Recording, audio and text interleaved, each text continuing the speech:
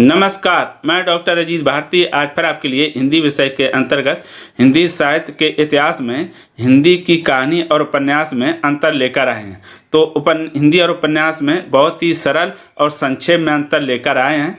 तो और विस्तार से भी इनमें यानी बहुत सारे बिंदु दिए हैं। यानी पहली बार आप कहानी और उपन्यास में बहुत ही कई बिंदुओं में अंतर समझेंगे। तो चलो फिर शुरू करते हैं। तो पहला आता आपका, देखो ये दिया कहानी और उपन्यास में अंतर। एक तरफ हमने कहानी लिख लिया, दूसरी तरफ उपन्यास। अब कहानी में पहला बिंदु, कहानी आकार में छोटी होती है, वहीं उपन्यास आकार में बड़े होते हैं। अब आकार में छोटे और बड़े यानी कहानी जो लिखी जाती है वो कम पेजों में होती है, उपन्यास कई पेजों में होती है। फिर दूसरा आता, कहानी में जीवन का आंशिक चित्रण होता है और उपन्यास में जीवन का बृहद चित्रण होता है। अब ये समझ लो, यानी आंशिक का अर्थ होता है थोड़ा चित्रण होता है, बृहद का अर्थ होता है विस्तार से चित्रण किया जाता है। अब उसके बाद आता है फिर आपका बिंदु नंबर तीसरा। तो दिया है कि कहानी को पढ़ने में समय कम लगता है जबकि उपन्यास को पढ़ने में समय अधिक लगता है। क्योंकि कहानी क्या छोटी होती है इसलिए पढ़ने में समय कम लगता है, और उपन्यास बड़ा होता है इसलिए उसमें समय अधिक लगता है। फिर आता है आपका बिंदु नंबर 4। तो 4 में दिया हुआ है कि कहानी शुरू से लेकर अंत तक गहरा प्रभाव डालती है, वहीं उपन्यास का प्रत्येक स्थल प्रभावी नहीं होता है। देखो कहानी क्या छोटी होती है इसीलिए उसका असर ज़्यादा पड़ता है, गहरा पड़ता है, जबकि उपन्यास बड़ा होता है तो उसमें कुछ ऐसे भाग हैं जिनका प्रभाव पड़ता है, कुछ ऐसे होते हैं जिनका नहीं पड़ता है। फिर आता है आपका अगला बिंदु नंबर 5।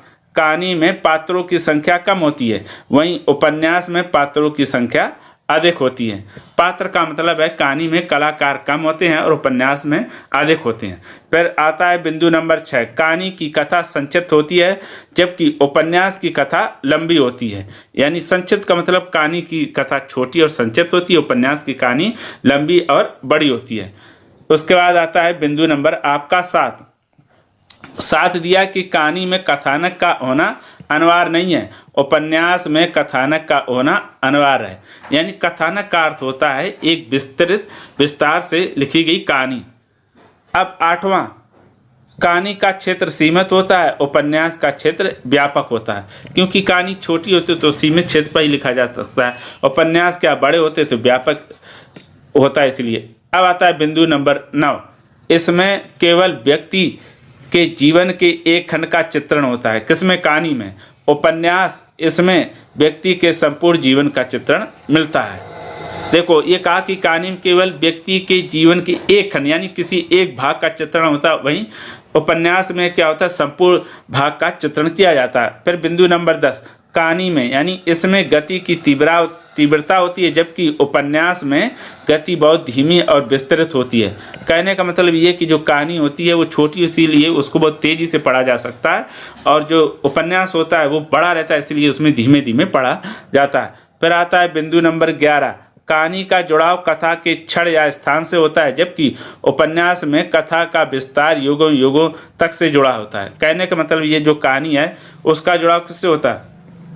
या तो कोई क्षण या कोई घटना, और वहीं उपन्यास युगों युगों तक यानी प्राचीन काल को भी लिया जा सकता है, ऐतिहासिक काल भी उसमें या पौराणिक रहते हैं। फिर आता है बिंदु नंबर आपका 12। कहानी का संबंध मुख्य रूप से एक वस्तु या घटना से होता है, उपन्यास का सीधा संबंध पात्रों के चरित्र चित्रण से होता है। यानी इसमें एक वस्तु या एक घटना से होता है जबकि इसमें पात्रों के चरित्र चित्रण पर निर्भर करता है। फिर आता है बिंदु नंबर आपका 13। तो 13 में दिया कि इसमें जीवन की संपूर्णता संभव नहीं होती है, उपन्यास में इसमें जीवन की संपूर्णता संभव होती है। कहने का मतलब ये कि जो कहानी है उसमें संपूर्णता इसलिए नहीं हो सकती क्योंकि वो कम उसमें शब्दों में लिखी जाती है। उपन्यास विस्तार से लिखा जाता है, उसमें संपूर्णता हो सकती। कहने का मतलब ये कि किसी की कहानी जैसे कहानी में पूरा नहीं किया जा सकता लेकिन उपन्यास में विस्तार से लिखा जा सकता है।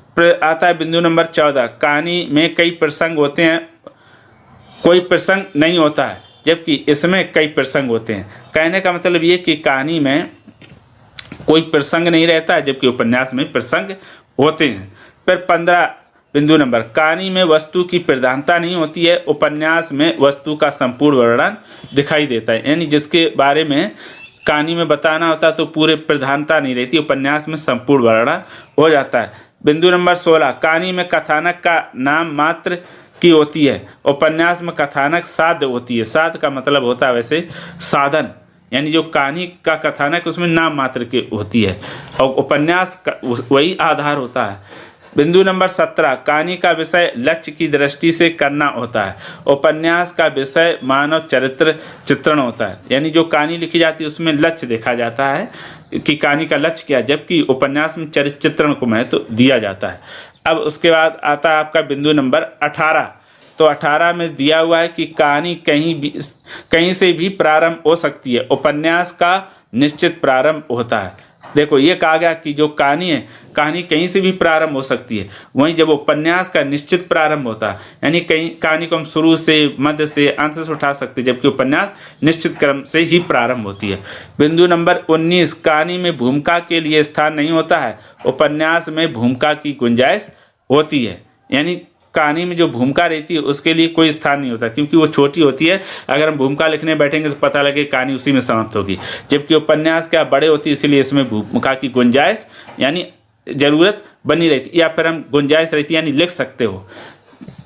बिंदु नंबर 20, कहानी का उद्देश्य व्यंजनात्मक होता है। देखो शब्द के 3 प्रकार, अवधा, लक्षणा, व्यंजना, शब्द शक्ति के, है ना। शब्द शक्ति के कितने प्रकार होते हैं? 3, अवधा, लक्षणा, व्यंजना। तो कहानी कैसी होती है? व्यंजनात्मक होती है, यानी सीधे सीधे ना कहकर इनडायरेक्टली बोली जाती है, यानी उसे भाव के अनुसार समझ लेना चाहिए। उपन्यास का उद्देश्य किसी शिक्षा पर आधारित होता है, यानी कोई सीख। फिर आता है बिंदु नंबर 21, कहानी का उद्देश्य विचार पूर्वक समझना पड़ता है, उपन्यास का उद्देश्य स्पष्ट होता है। देखो ये कहा गया है जो कहानी रहती है उसका जो उद्देश्य होता है उसके विचार पूर्वक हमें क्या होता है, समझना पड़ता है, जबकि उपन्यास का उद्देश्य स्पष्ट होता है। फिर आता है बिंदु नंबर 22, कहानी को किसी भी घटना का जिक्र करके लिखा जा सकता है, वहीं उपन्यास को चरित्र चित्रण के आधार पर ही लिखा जाता है। देखो ऐसे समझ लो कि जो कहानी है किसी भी घटना का जिक्र करके हम लिख सकते हैं, लेकिन उपन्यास में चरित्र चित्रण को आधार मानकर ही लिखा जाता है। तो इस प्रकार से हम आपके लिए आज 22 बिंदु लाए थे कहानी और उपन्यास में अंतर, यानी कहानी और उपन्यास के 22 अंतर लाए थे। तो आशा करता हूं कि इसमें पूरी कहानी और उपन्यास के अंतर आपको कवर हो गए होंगे और आपको समझ में भी आ गए होंगे। तो अगर किसी प्रकार का उसके बाद भी कोई डाउट हो तो कमेंट करके हमें अवश्य बताइएगा, और ये बताइएगा कि ये कहानी और उपन्यास के अंतर आपको कैसे लगे, आपके किस प्रकार से उपयोगी साबित हुए या होंगे। तो फिर आज के लिए इतना ही, अब हम फिर मिलेंगे किसी नए विषय के साथ, तब तक के लिए धन्यवाद।